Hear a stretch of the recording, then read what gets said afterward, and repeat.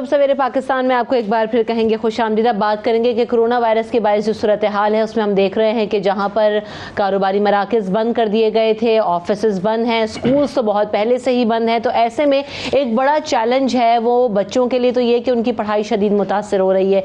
और इस पढ़ाई के मुतासर होने के साथ साथ हम देख रहे हैं कि बच्चों को जो सिलेबस दिया गया है वो अब घर में मुकम्मल करवाना है। उसके अलावा ऑनलाइन क्लासेस हो रही हैं, ऑनलाइन एजुकेशन की तरफ जाया जा रहा है। ये सारी चीज़ें करवाएगा कौन? क्योंकि घरों में जिन लोगों ने इसको मैनेज करना है वो हमारी माएँ हैं, क्योंकि बच्चे उन्हीं के कंट्रोल में आते हैं और ज़्यादा टाइम भी उन्हीं के साथ गुजरता है घर में। तो ऐसे में जो ख़वातीन हैं घर में, जो माएँ हैं, वो किस तरीके से अपने बच्चों की पढ़ाई पर ध्यान दे सकती हैं, सिलेबस कैसे मुकम्मल करवा सकती हैं, घरों के कामकाज के साथ साथ बच्चों को किस हद तक टाइम देना है, उनकी पढ़ाई पे कितना ध्यान देना है, स्केड्यूल क्या हो, रूटीन्स क्या हो, इस पर आज हम बात करेंगे और कुछ सजेशंस भी लेंगे। और जो स्कूल से रिलेटेड पेरेंट्स को मसाइल हैं जिसमें फ़ीस स्ट्रक्चर्स हैं, वैन की फ़ीस है, स्कूल्स की फ़ीस है, स्कूल्स बंद हैं, उस पर भी बात होगी। हमूदुर जाफरी साहब मेरे साथ मौजूद हैं जो कि जनरल सेक्रेटरी हैं ऑल सिंध पेरेंट्स एसोसिएशन के। आपको वेलकम करते हैं शो में। उसके साथ साथ मरियम मीर मेरे साथ मौजूद हैं जो कि माहिर तालीम है और पेरेंट्स ट्रेनर हैं। आपको भी वेलकम करते हैं शो में। तो सबसे पहले अमू साहब, जैसे हम बात करें, बहुत सारे चैलेंजेस हैं अभी, चूंकि कोरोना की वजह से स्कूल्स में बच्चों को नहीं जाने दिया जा रहा, सिलेबस दे दिया गया है, टाइम मैनेज करना है, कोर्स करना है, कैसे सारी चीज़ें होंगी और किस तरीके से जो है ना वो इसको इम्प्लीमेंट करवाया जा सकता है? क्योंकि ऑनलाइन क्लासेस भी हुई थी लेकिन छोटे बच्चों के लिए वो पॉसिबल नहीं हो रहा है। Thank you. ऑनलाइन क्लासेस का जहाँ तक ताल्लुक़ है, अभी हमारा एक ऑनलाइन सर्वे पूल चल रहा है, वो अभी हमने फिनिश नहीं किया, अभी भी चल रहा है, लेकिन अब तक के जो रिज़ल्ट्स हैं उसमें 80% पेरेंट्स ये कह रहे हैं कि उनके बच्चों के जो स्कूल्स हैं वो उनको ऑनलाइन स्टडीज़ ऑफ़र कर रहे हैं। लेकिन उन्हीं 80% में से कोई 90% पेरेंट्स का ये कहना है कि हम इससे खुश नहीं हैं, क्योंकि ये इफ़ेक्टिव नहीं है। इफ़ेक्टिव इसलिए नहीं है कि कोई बच्चा बैठ नहीं पा रहा है, कोई बच्चा समझ नहीं पा रहा है, कोई बच्चा उसको इतनी इंपॉर्टेंस नहीं दे रहा है, क्योंकि ट्रेडिशन नहीं है, फ़र्स्ट टाइम एवर है, तो किसी को एक्सपीरियंस भी नहीं है इस बात का। तो नताइज अब तक के जो हैं, जो पेरेंट्स की तरफ से हमें मौसूल हुए हैं, वो यही हैं कि वो इससे खुश नहीं हैं। शायद कभी साल 6 महीने के बाद या 1.5 साल के बाद ये सिस्टम इतना अच्छा तरीके से ग्रो कर जाए एक्सपीरियंस के बाद कि लोग मुतमईन हो जाए, लेकिन फ़िलहाल ये इसका हल नहीं है ऑनलाइन जो। बिल्कुल मरियम, तो बताइएगा कि अभी चूँकि ऑनलाइन एजुकेशन की भी बात हो रही है और बच्चों को अब क्योंकि क्लासेस हों ऑनलाइन या ना हो, लेकिन सिलेबस प्रोवाइड कर दिया गया है, बच्चों को ख़वातीन ने और उनकी माओं ने घरों में ही पढ़ाना है, कैसे टाइम दिया जा सकता है? घर के कामकाज भी हैं, बच्चे ऑल टाइम घर पे हैं, उनकी सर्वेलेंस भी बहुत ज़्यादा ज़रूरी है, पढ़ाई भी बहुत ज़्यादा ज़रूरी है। मरियम जी बिल्कुल, आजकल पेरेंट्स को बहुत ज़्यादा उनके लिए एक बड़ा यूनिक चैलेंज है फर्स्ट टाइम, और उसको हमें ऑब्वियसली कि कोप अप करना है जिस तरह भी। और बच्चे पेरेंट्स आर नॉट सेटिस्फाइड कि ऑब्वियसली आपको पता है मदर्स अपनी जॉइंट फैमिली सिस्टम में जिस तरह से भी उनके घरेलू कामकाज हैं उस तरह से बच्चों को टाइम नहीं दे पाती। बट हमें इस सिचुएशन में बहुत ही पॉजिटिव रह के और बहुत ही सिचुएशन को कोप अप करना है अपने बच्चों की कंस्ट्रक्टिव लर्निंग के लिए। उसके लिए हमें सबसे पहले मदर्स को ये करना है कि उनको बच्चों की एक रूटीन जो है ना, जो आप एक कह लें कि जैसे एक स्कूल रूटीन थी, उसको ट्राई करें कि उसको डिस्टर्ब ना करें। लाइक जैसे अगर इस चीज़ पे ये रूटीन में जैसे छुट्टियां हैं तो वो ये ना करें कि जी लेट आवर्स तक बच्चे जाग रहे हैं और बहुत ज़्यादा गैजेट्स यूज़ कर रहे हैं या उनकी दूसरी भी हेल्थ भी इफ़ेक्ट हो रही है। तो इन सब चीज़ों को नज़र रखने की बहुत ज़्यादा ज़रूरत है और अपने पेरेंट्स को ऑब्वियसली कि बहुत ज़्यादा एफर्ट पुट करनी पड़ेगी इस सिचुएशन को कोप अप करने के लिए। बिल्कुल सही, एफर्ट्स तो यकीनी तौर पे करनी पड़ेंगी। पेरेंट्स का रोल बहुत अहम है। मुदर्रब साहब, लोग इस चीज़ को समझ रहे हैं घरों में कि हमें ही हेल्प आउट करना है, बच्चों का लॉस भी ना हो और टाइम भी मैनेज करें। तो क्या एसोसिएशन चूँकि आपकी है और ऑल पेरेंट्स ऑन बोर्ड होंगे, मैक्सिमम नंबर ऑफ पेरेंट्स होंगे आपके साथ, तो क्या कोई क्राइटेरिया तैयार किया गया है कि इनको भी ट्रेन किया जा सके, बताया जा सके गाइडलाइंस को, इंस्ट्रक्शंस के कैसे अभी आपने इस कोविड में बिहेव करना है विद द किड्स और उनकी पढ़ाई डिस्टर्ब ना हो? पेरेंट्स को जहाँ तक ट्रेन करने का ताल्लुक़ है, देखें अभी तक तो वैसे सोशल डिस्टेंसिंग का इशू चल रहा है। हम अभी भी एक साथ मिलकर बैठ नहीं सकते हैं। तो ये अभी तक तो मुमकिन नहीं हुआ है कि हम कोई गैदरिंग करें, उनको कोई ट्रेनर बुला करके उनकी कुछ ट्रेनिंग कर सकें। लेकिन हाँ, टाइम बाय टाइम हम सोशल मीडिया के थ्रू जो हमारे पास इंफॉर्मेशन आती रहती है कि पेरेंट्स को क्या करना चाहिए बच्चों के साथ, जिस तरह मरियम मीर ने भी बताया, इसी किस्म के इंस्ट्रक्शंस जो हैं हम थ्रू करते रहते हैं पेरेंट्स को। और yet again I would say कि प्रैक्टिकली ये बातें करना बड़ा आसान है, लेकिन प्रैक्टिकली ये बहुत मुश्किल हो रहा है, आसान नहीं है इस तरह से संभाल लेना। अगेन मैं कहूँगा कि शायद टाइम के साथ कुछ हो जाए। ये अनप्रेसिडेंटेड एक चीज़ है। देखिए हो तो रहा है, वैसी पढ़ाई नहीं हो रही, टीचर्स अवेलेबल नहीं है, जो एक टीचर पढ़ा सकती है वो शायद एक माँ भी घर में उस तरीके से टाइम ना दे सकती हो या उसके ऊपर फोकस ना कर सकती हो। तो ये जो लॉस हो रहा है बच्चों का, इसको किस तरीके से रिकवर कर सकते हैं पेरेंट्स इस टाइम को यूटिलाइज करते हुए?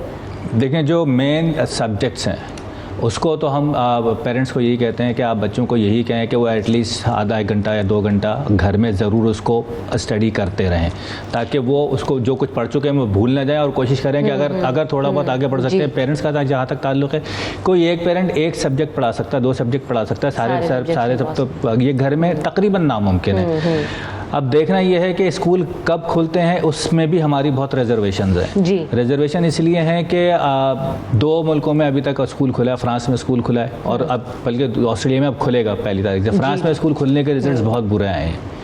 वहाँ पे जैसे ही स्कूल खुले हैं तो बच्चों में फ़ौरन जो है वो कोविड-19 का जो रेशो है वो बहुत तेज़ी से बढ़ गया है। तो जान है तो जहान है, सबसे पहले तो जान है, उसके बाद पढ़ाई है। ज़ाहिर है जो लॉस है वो हमें रिकवर करना है, उसको हम प्लानिंग कर रहे हैं कि किस तरह से उसको रिकवर किया जा सके।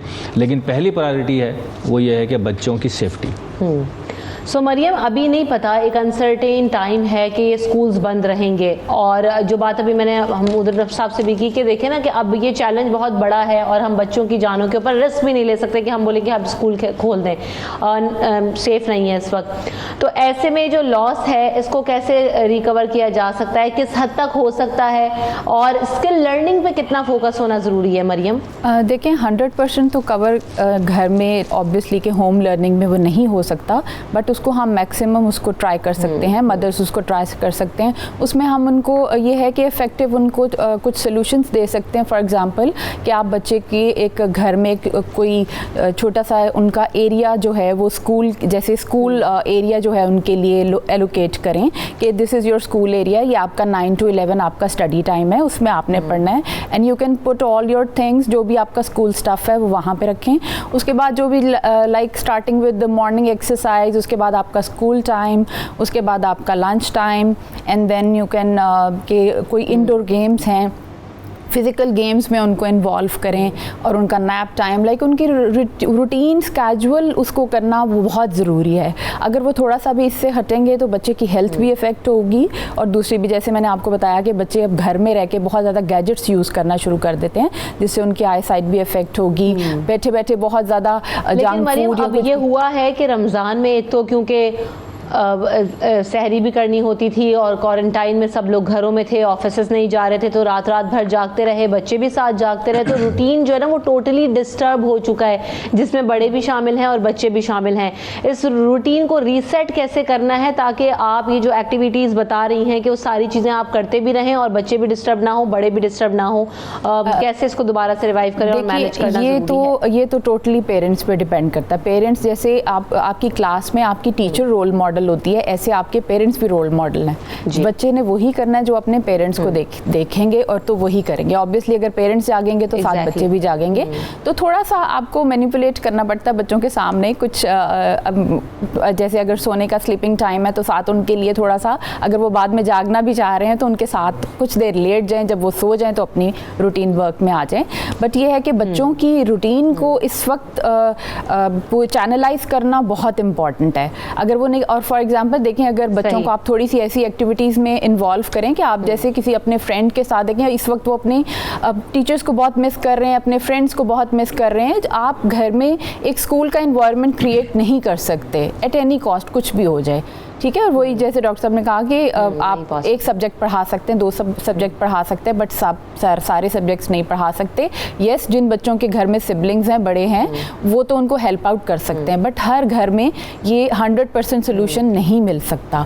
तो we need to find out, अब आप सोल्यूशंस हमने खुद ढूंढने हैं। अगर किसी बच्चे को कोई ऐसी प्रॉब्लम आ रही है तो आप किसी के साथ, किसी पीयर के साथ उसकी वीडियो कॉल कर सकते हैं। उसमें काफ़ी सारे प्रॉब्लम्स, जैसे आपने देखा कि हम बाहर के ममालिक से भी आप एक्सचेंज लर्निंग प्रोग्राम्स होते हैं, तो इसी तरह से हम इन चीज़ों को कोप अप कर सकते हैं। थोड़ी छोटी छोटी एफर्ट्स करते रहें ताकि जो है ना वो बच्चे एक तो सीखते भी रहें, और ज़रूरी नहीं कि आपने पूरा कोर्स जो है ना वो बच्चे को रटा देना है। मुझे तो ऐसा लग रहा है कि बहुत अच्छा टाइम मिला है कि आप उनकी जो स्किल बेस्ड लर्निंग है, जो क्रिएटिव लर्निंग है, क्रिएटिव राइटिंग है, उस पर आप काम ज़्यादा कर सकते हैं और बच्चों की पर्सनैलिटी डेवलपमेंट पर ज़्यादा काम हो सकता है। ये सिलेबस तो ज़िंदगी भर बच्चे रटते ही रहेंगे, हमारे यहाँ जो स्कूल सिस्टम है अनफॉर्चुनेटली। जाफर साहब, एक और चीज़, ये फ़ी वगैरह का क्या मामलात हैं, क्योंकि कहा गया था कि कम कर दी जाए, क्या सोल्यूशन निकला? देखिए, सोल्यूशन तो फिलहाल कोई नहीं निकला है। सही। जो इस वक्त सूरत हाल है प्रीवेल जो कर रही है वो ये है कि सिंध की मैं हवाले से बात कर रहा हूँ कि सिंध हाई कोर्ट ने सिंध गवर्नमेंट ने एक ऑर्डिनेंस जारी कर दिया है जिसमें तमाम स्कूलों को पाबंद किया है कि वो जो भी फ़ीस चार्ज करते हैं उसमें से 20% डिस्काउंट पेरेंट्स को दें। लेकिन अव्वल तो ये डिस्काउंट मिल नहीं रहा है बहुत सारे स्कूलों की तरफ से, बहुत सारे स्कूल दे भी रहे हैं। ये भी कंप्लेन है कि जो एनुअल फ़ी है उसमें कुछ और पैसे लगा के इजाफा करके भेज दिए गए। कई स्कूल कहते हैं यहाँ पे लागू नहीं होता, बहुत सारी बहानेबाजियाँ। ये प्रोग्राम उसके लिए बहुत छोटा है, इस पूरे इसको कवर करने के लिए। मैं मुख्तसरन आपको बताता हूँ। और दूसरी बात यह है कि जो हमारा स्टैंड है, हमारी एसोसिएशन का स्टैंड है, वो ये है कि ये 20% ऐलान तो कर दिया गया है, लेकिन ये जो सूरत हाल बन चुकी है कोविड के बाद इकोनॉमिकली तमाम पेरेंट्स की और सारी दुनिया में, ये कुछ भी नहीं है, पीनट है। मैं कानून की अगर बात करता हूं तो आइन का आर्टिकल 25 जो है वो तमाम पाकिस्तान के बच्चों को जिनकी उम्र 16 साल से कम है मुफ्त और बेहतरीन तालीम मुहैया करने की ज़िम्मेदारी देता है हुकूमत को, जिसकी ज़िम्मेदारी पाकिस्तान में सूबाई हुकूमत पे आती है। सिंध की बात करें तो सिंध पर आती है। 260 अरब रुपए का बजट है। हम सिर्फ इतना फ़िलहाल कह रहे हैं कि आप 3 से 4 महीने की फ़ीस का इंतज़ाम स्कूल और गवर्नमेंट आपस में करें, पेरेंट्स को इससे मुबार्रा करें, क्योंकि पेरेंट्स के तो इस वक्त फ़ीस छोड़ें, राशन के लाले पड़े हुए। बहुत सारे घर हैं जहां हमें मालूम है बहुत सारे पेरेंट्स ऐसे हैं जो ये कह रहे हैं कि हम जो है बच्चों को स्कूल से निकलवा लेते हैं, और वो बिल्कुल तैयार बैठे हैं कि किसी भी वक्त वो ऐसा कर लेंगे। क्यों? इसलिए कि बच्चे के उनके स्कूल जा नहीं रहे, पढ़ाई हो नहीं रही।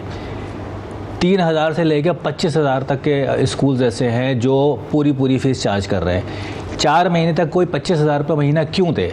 नहीं पॉसिबल। और दूसरी उस वक्त क्यों दे जब उसकी खुद की भी इनकम नहीं हो रही। तो ये ऑलमोस्ट एक ऐसी सूरत हाल बन गई है जिसमें अगर कोई अल्लाह के बाद मदद कर सकता है पेरेंट्स की तो वो गवर्नमेंट है।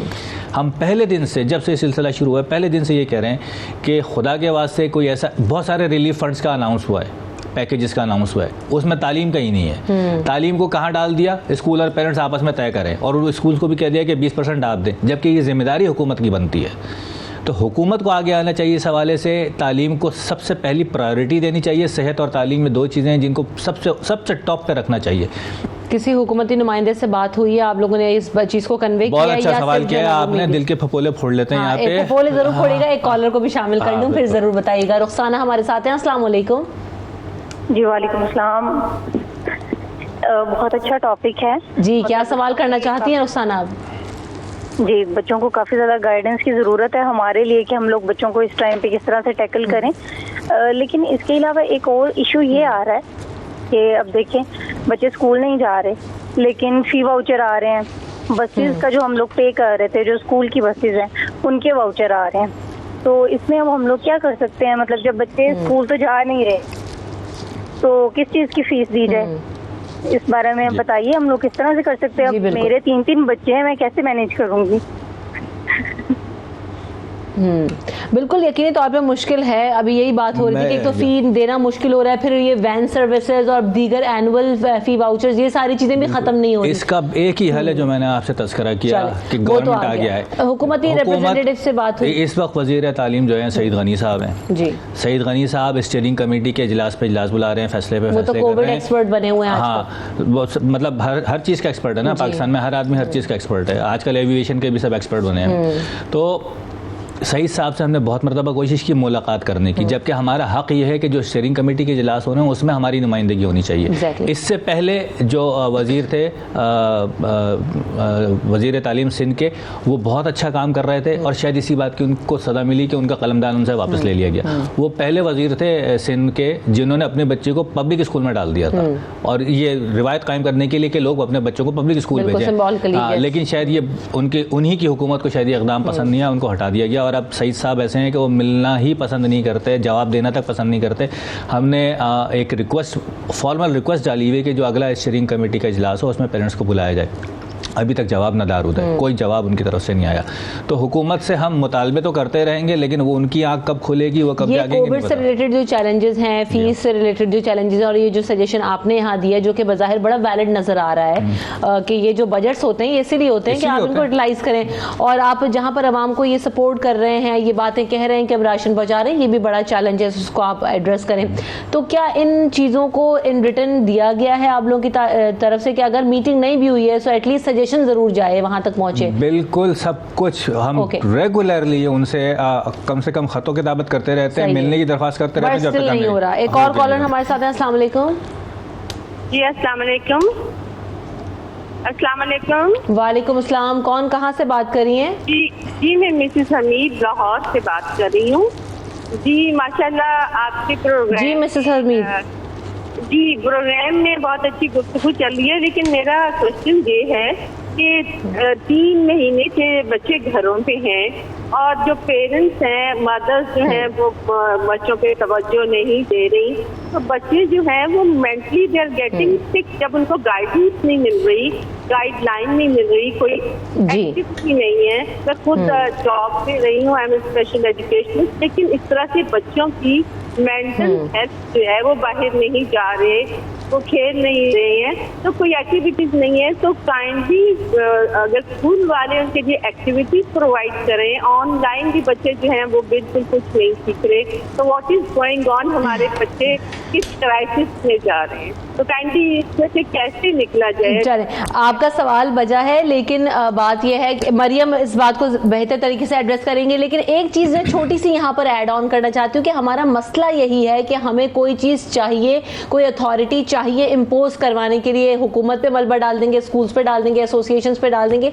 ख़वातीन घरों में हैं, मर्द हजरात घरों में हैं, ज़रा इनिशिएटिव लीजिए, घरों में एक्टिविटीज़ प्लान कीजिए, स्पोर्ट्स कीजिए, जो मैं बार बार बात कर रही हूँ, क्रिएटिव लर्निंग की तरफ जाइए।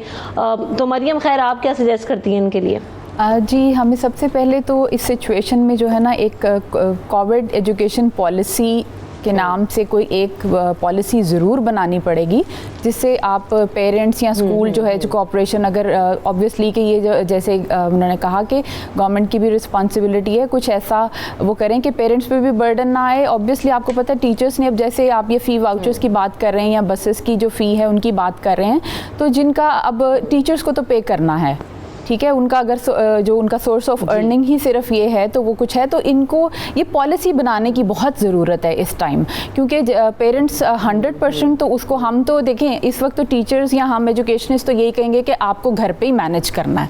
मैनेज तो अल्टीमेटली पेरेंट्स को इस टाइम करना है कि हम स्कूल जो भी स्कूल मैनेजमेंट है वो आपको मैक्सिमम चीज़ें प्रोवाइड कर दे, बट अल्टीमेटली आपको ही बच्चे को बिठाना है, उनको एक्टिविटीज़ में इन्वॉल्व करना है, सब कुछ है। बट ये है कि इसके लिए एजुकेशन पॉलिसी एक दोबारा से एक कोविड एजुकेशन पॉलिसी बनाने की बहुत ज़रूरत है।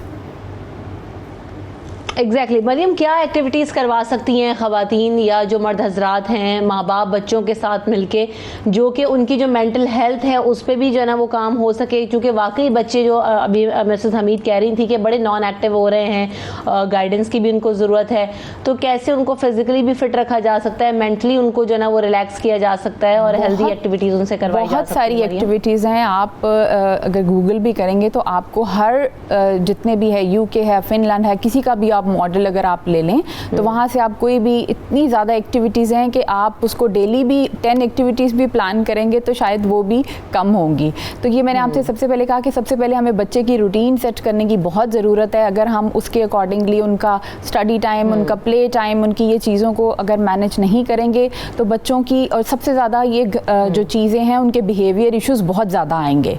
ऑब्वियसली कि उनका एंगर है, उनका सैडनेस है या कुछ भी ऐसे टैंट्रम्स हैं, तो उसको भी मॉनिटर करने की बहुत ज़रूरत है। तो ये पेरेंट्स को तो ओवर फोकस्ड होना पड़ेगा। सही,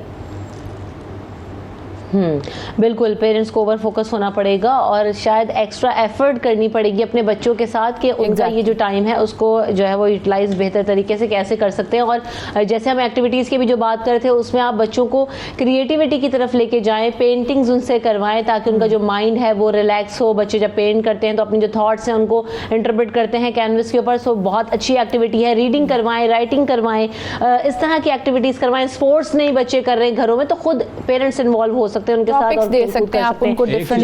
जाते आप कुछ कहना चाहें तो जी। कहना तो बहुत कुछ है। बिल्कुल। एक एक्टिविटी के हवाले से मैं कह रहा ऐड ऑन करना चाहूँगा जो मैं खुद भी कर रहा हूँ घर में। सही। ख़ास तौर से वो बच्चे जिनकी उम्र 15-16 साल या उससे ज़्यादा ऊपर है, पेरेंट्स क्या कर सकते हैं कि जिस प्रोफेशन में वो खुद हैं वो ये जो टाइम है उसकी नॉलेज बच्चों को देना शुरू कर दें। एक बिल्कुल बेसिक लेवल की ही होगी बट एटलीस्ट वो they will be prepared for their future. बहुत सारे घरों में ऐसा ही होता है कि घर के ही बिजनेस को बच्चे कैरी ऑन करते हैं। सही बात है। तो वहाँ अच्छा जी बिल्कुल, तो बस बात ये है कि अच्छे से हमने उसको मैनेज करना है और अपने जो भी चीज़ें हैं आप पेरेंट्स टाइम देंगे तो बहुत बेहतर हो सकती हैं। बहुत शुक्रिया मरियम और हमूद साहब, आपने भी हमें वक्त दिया। आप दोनों का बहुत शुक्रिया। ब्रेक के सेगमेंट में हाजिर होंगे, हमारे साथ आइए।